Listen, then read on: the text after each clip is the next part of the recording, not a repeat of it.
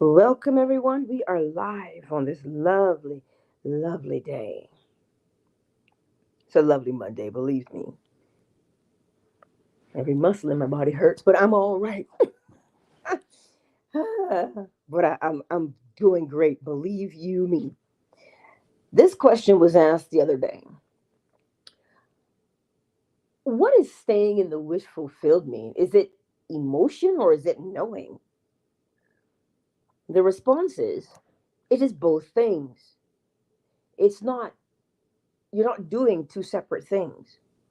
You will only do what you know, and what you know is confirmed by how you feel. So there's no getting away from feeling or emotion because it is an effect. And if there is an effect, there is a cause. Remember this. So think about it. The very fact that you can, quote unquote, react or respond to something is telling you that there was a cause, because every cause has its effect and every effect its cause.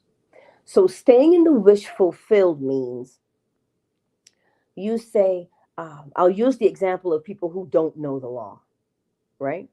I've got somebody very close to me who says, Angela, you need to have a plan B. You gave me such anxiety because you didn't have a plan B. Plan B's work. Now, I cannot argue with this person and say that plan Bs don't work, because clearly the evidence in his life, because he is super successful, but he is always prepared like a Boy Scout. Always. So he lives by that motto, which means he knows it and he has an emotional response to it. But when he sees someone not doing it, oh, and they're close to him, it creates a visceral emotional feeling in the body, right? So if you don't know the law and you say, well, look, I got to go do this, this, and this so that this can happen. Well, you're saying that because that's the state you're in. You know it to be true. So your body will have the emotional response to confirm that you believe this thing. And the same way goes for if you want to do something and you don't think that you can, and you know that you've been presented with this opportunity before and you quote unquote failed, well, you now know that you are what? They say, you say to yourself, well, I'm a failure. I've tried this how many times and I keep failing at it, right? So if that's what you say and know, then your body will have the response that confirms what you believe. You think you're a failure. And although it is upsetting to tell yourself that you're a failure, there's at least the feeling of comfort in that thing. If you look, you'll see what I'm talking about. Examine yourself and you'll see it. This is why when you don't know the law, you're still living by it. You don't have a choice. So, do you need a plan B? Well, that depends. If you believe that a plan B is required and you try to force yourself to not have a plan B, the thing that you know to be true is the one you will do, which is a plan. You will do a plan B, because to not have a plan B will create anxiety within you because it is not true for you. It is a lie. And so because it is a lie, we as people, we reject the lie very quite viscerally. So in the body, your body says, that's not true. I don't want to fail. So living in the state of the wish fulfilled means the thing you are telling yourself that you want to be true. If you don't believe it, you will feel it. If you do believe it, you will feel it. Either way, you're going to feel it in your body. There's an emotional response. So the difference between living the law unconsciously, meaning you just do what you do anyway, and you think that life is just happening to you and you have no control. Your life is still going to work for you, just as if you were deliberate. But being deliberate means you are choosing the desired outcome.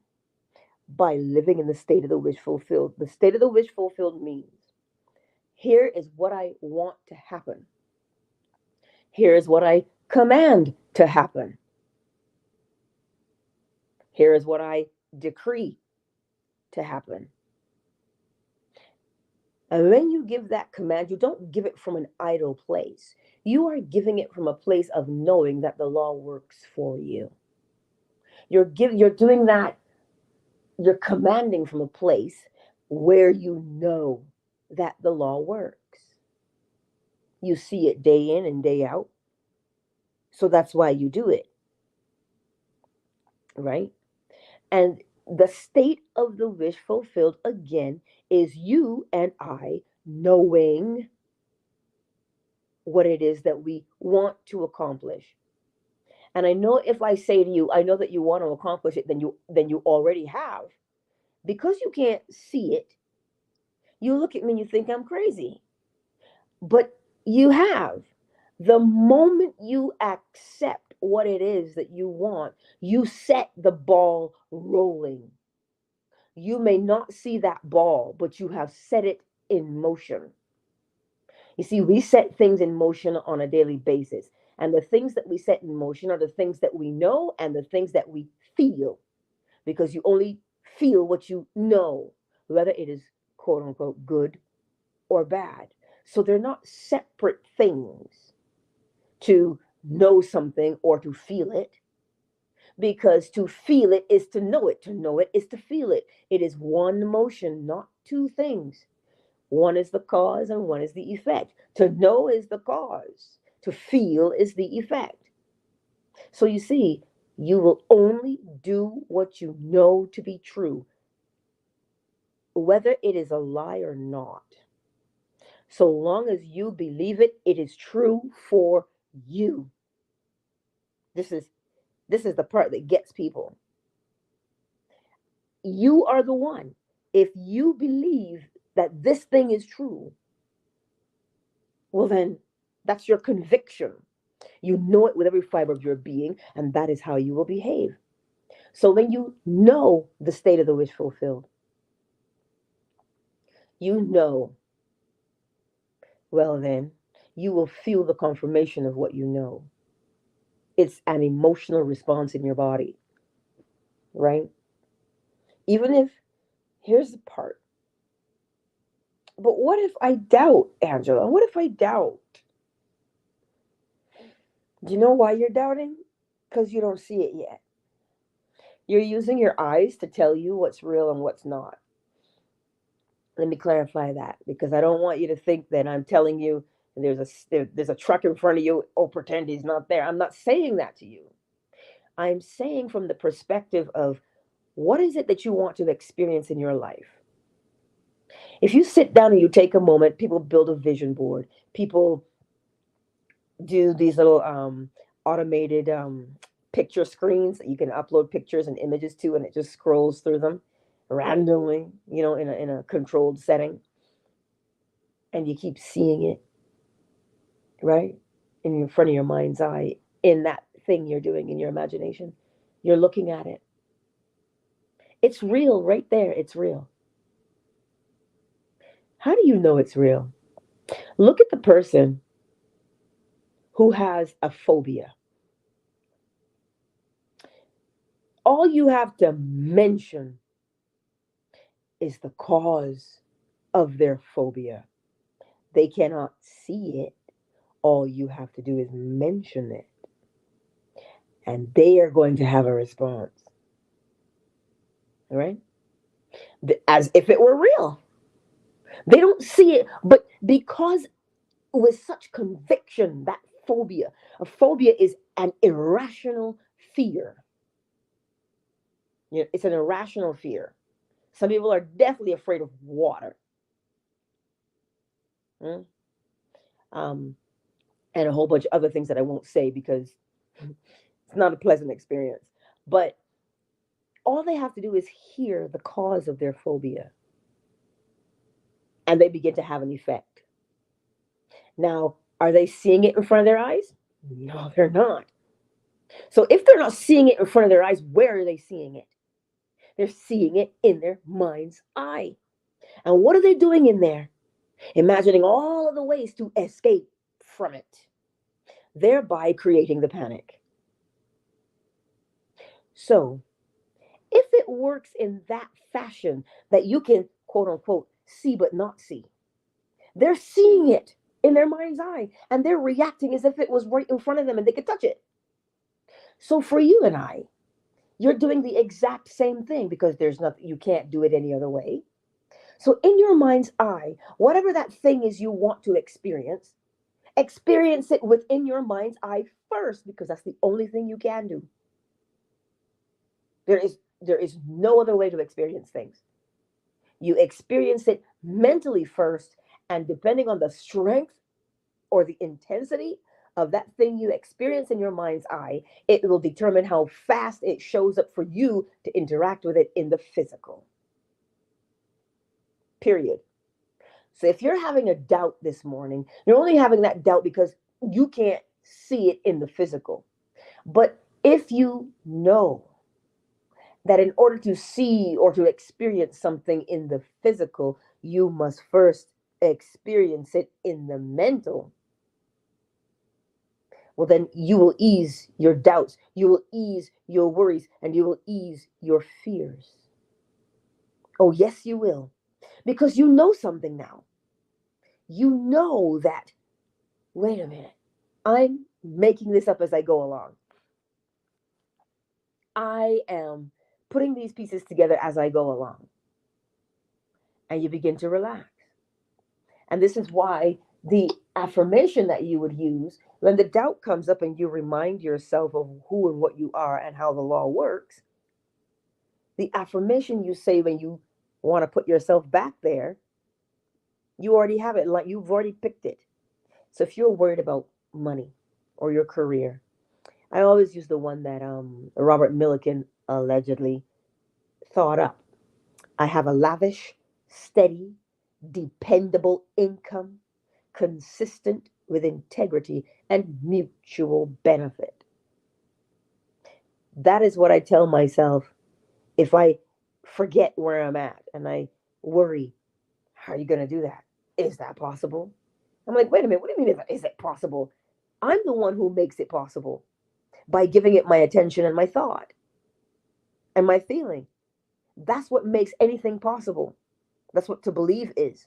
So when you hear all things are possible to them that believe, it means you see this thing and you're like, it can't work any other way.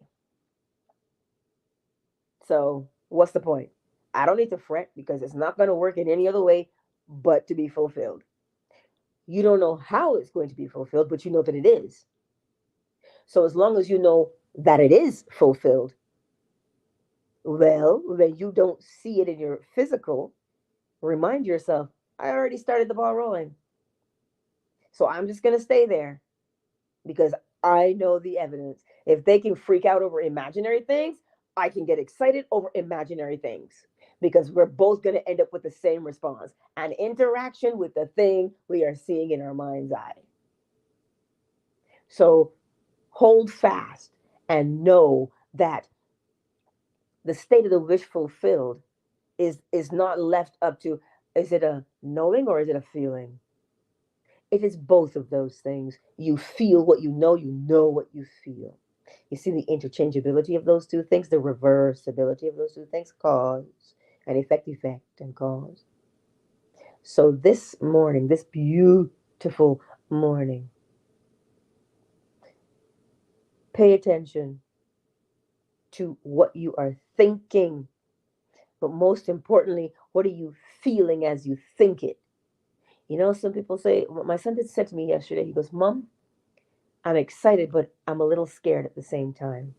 I said, that is natural, and it's a beautiful place to be at because it means you're willing to take the step. Even though you don't see it on the outside, you're willing to take the step. That's why you're scared, because you're excited. I said to him, there's a difference between that scared and excited feeling and just plain fear. The fear paralyzes. You don't even want to do it at all. But that excitement that says, wait a minute, I don't know how this is going to turn out. I know it's going to turn out for me. So you know what? I'm excited. I'm just going to relax. And that's how you have to talk yourself through these things and remind yourself that you're only going to do what you know. So what is it that you know? And you see, somebody asked me, why is it that in these Neville Goddard examples that he gives, that people just seem to just take his word for it and do it? That's not the case. He told you there's the one guy who was in the army with him, and he told him how he got out of the army. And the guy was like, look, I know you deal with this whole imaginary thing, but I just can't bring myself to do it. So I can't. And he stayed in the army for that whole 3 years because he was too afraid to even test it, because he relied so much on that plan B, that what if I can't? What if it doesn't work? See, that's what he did. But for the other people, like the artist, she had no money. She had no food. But she set the table in her mind's eye anyway. She set the table in her mind's eye. And somebody called her and said, hey, you made something for me last time and it was so tasty. If I bring you the ingredients, can you make it for me again and let's have dinner together? And she was like, dude, I'm ready. So it's not that they believed him, that they just knew what they wanted and they were ready to do something to make a change in their lives. And sometimes to make that change in your life, you're going to have to make a decision. Do you want the change? All one must do is be willing. Be willing to change. When you are willing to change, what does that mean? Here's what it looks like in the spiritual or invisible realm when you make a decision and you are willing. Remember, it's invisible. The moment you say, I have got to change my life and I am ready to change my life, this will not do anymore.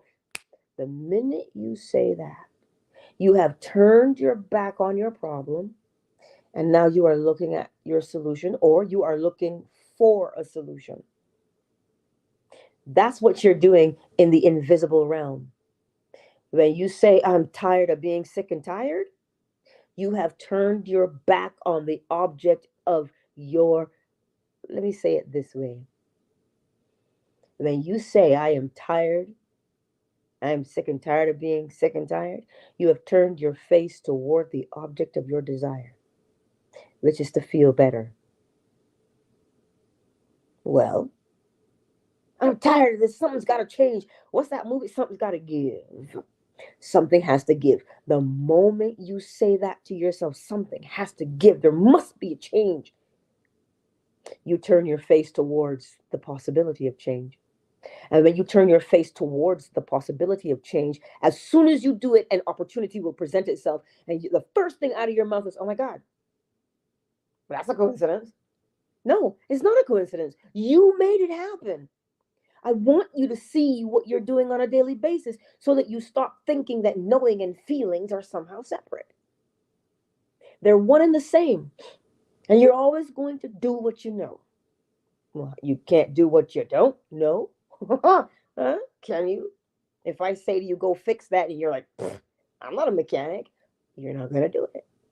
But you'll learn as you go, though. What will you do? Learn. You and I are always in a state of learning. That's why if you are gracious with yourself, you will learn. It doesn't matter what you think it is. Oh, but I can't be a surgeon. How do you know?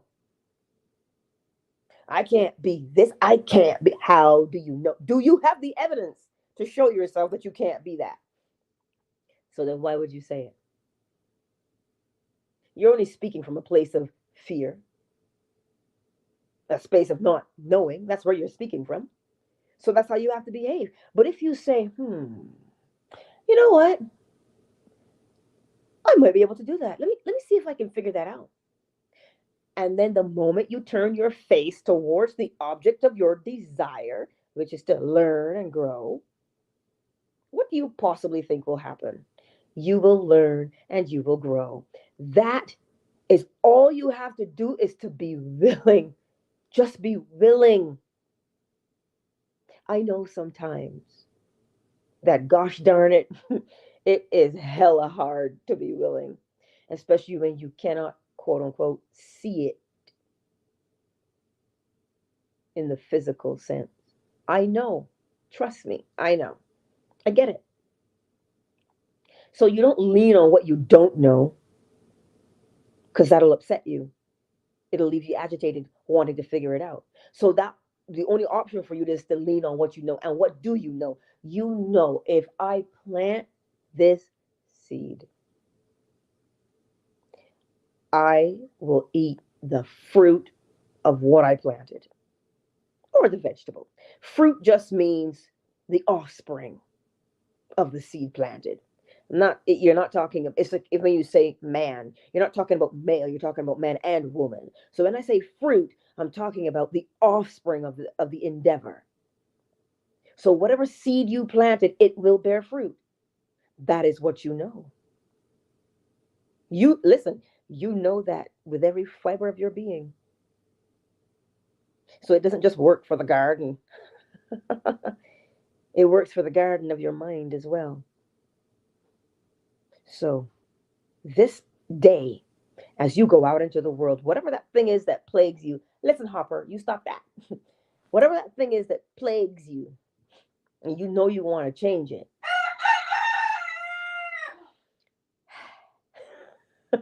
just be willing to make the change, and an opportunity will present itself. Here's the thing. When the opportunity presents itself, do you think it was a coincidence? Do you not think that the opportunity will fill itself? It will bear fruit for you. You will be successful at the opportunity. Your only job is to stay faithful and to give thanks for that opportunity. Why? Because that is the direction you're facing in. And if you're facing in the direction of your opportunity, you have to bear the fruit of it. But if you turn your back on it and allow your doubt and your worry and your fretting to remove your attention from it, well, what do you think you will experience? The hardship. Why would you experience the hardship when it is the ease that you're looking for? Well, if it is ease that you're looking for, keep your attention upon ease. Use your affirmation to keep your attention on the ease. But if you relinquish the ease by going back towards the hardship, you have to get the hardship. Oh, but what if I don't know? You see where you're focused? So if you want to stay in the state of the wish fulfilled, for the love of God in all things, keep your attention upon the opportunity that you were just given,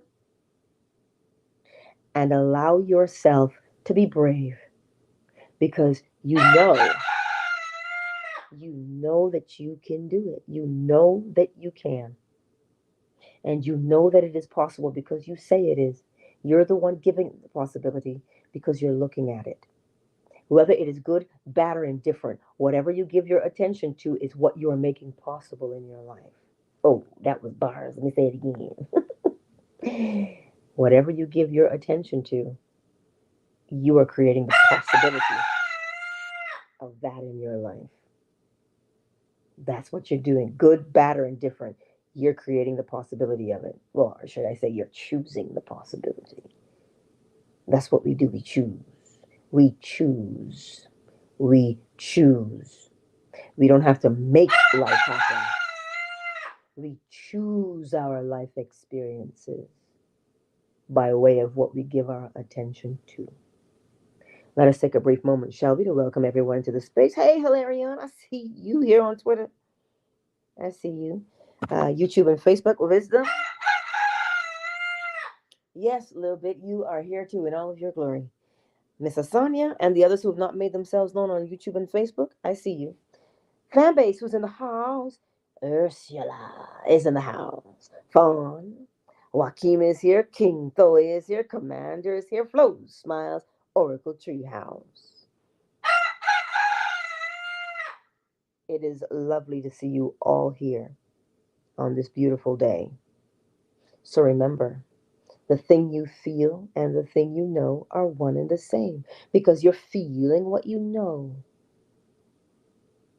So if you know you don't like somebody or you know that you love them, you'll have a corresponding feeling as within, so without. Yes.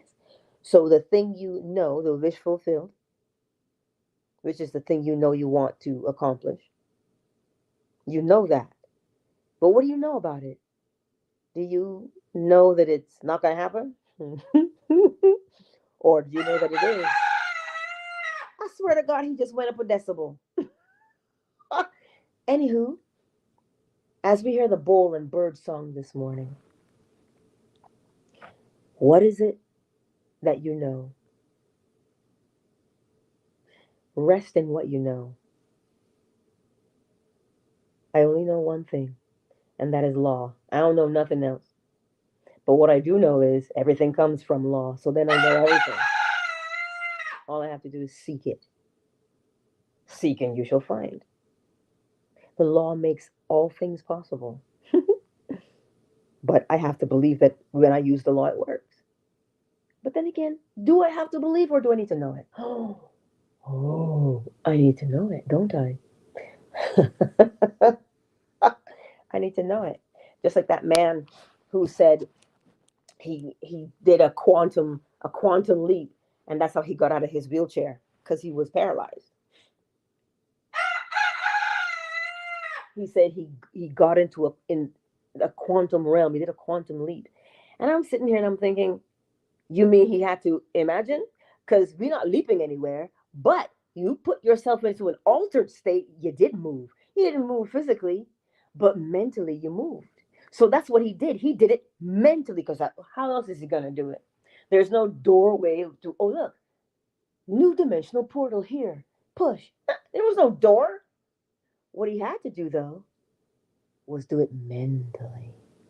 So mentally, he would see himself, and he said, I don't remember all he said, but something on the lines of having to see himself walking in another dimension. I'm like, dude, you're using your imagination.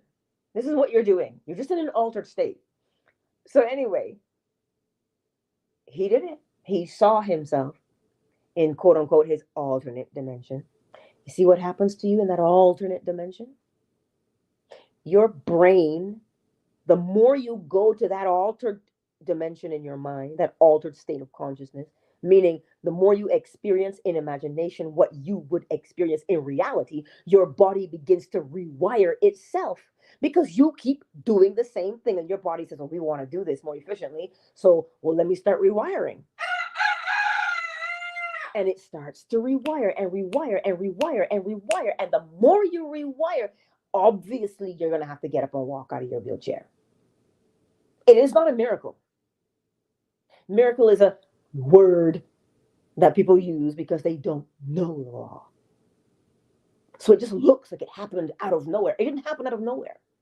If he got up out of that chair and he walked, that's an effect. What caused it? Every single time he had a moment, he was where? In an altered state of consciousness. Doing what? Experiencing in imagination what he would experience in reality if he could walk. And so he just did it so much that his body rewired itself so that he could walk because he can't be made a liar of. I'm not going to tell you he didn't have doubts. Because day after day, you're doing the same thing and you're still in your chair. Shoot, anybody would have given up. But this is why we don't give up. We hold on to the power of our conviction. We hold fast to the power of our conviction. And what is the conviction? If I continually imagine this, I must experience it. That is the conviction. But we don't live all day in our imaginations quietly. We have laundry. We got to take out the trash. We got to talk to the bird. You got to play with your kids. You're living, right? So do all of those things because that's what you have to do. But remember, experience in imagination what you would experience in reality if you were the man or the woman you wanted to be. So you see, everything is possible. Now, would it be possible for him to not poop on the floor right now? Yes. So as you hear the Bull and Bird song, what is it? Renew the woo. That used to be a show. Renew the woo. Renew the love you have for the thing you want to accomplish. Recommit to it. Don't, don't leave it by the wayside. Because if you leave it by the wayside, it will taunt you. Well, you know you want me, don't you? Well then, why did you give me your attention? Oh, you're gonna settle for second best because you're too scared. Listen, this is how that stuff goes on in our minds. So recommit yourself to the thing you want to experience. And when it says to you, oh, it's so good to have your attention back. I just love it. I just love it when you look at me. I love it when you talk to me. That's what you're doing. That's the kind of, it seems weird, but you have to give it a personality because how else? We're persons. We know what it's like to whisper sweet nothings. Well, allow the object of your desire to captivate you. Why? So that it doesn't matter how long it takes you, you don't give up. Let us renew the woo. Play the bull.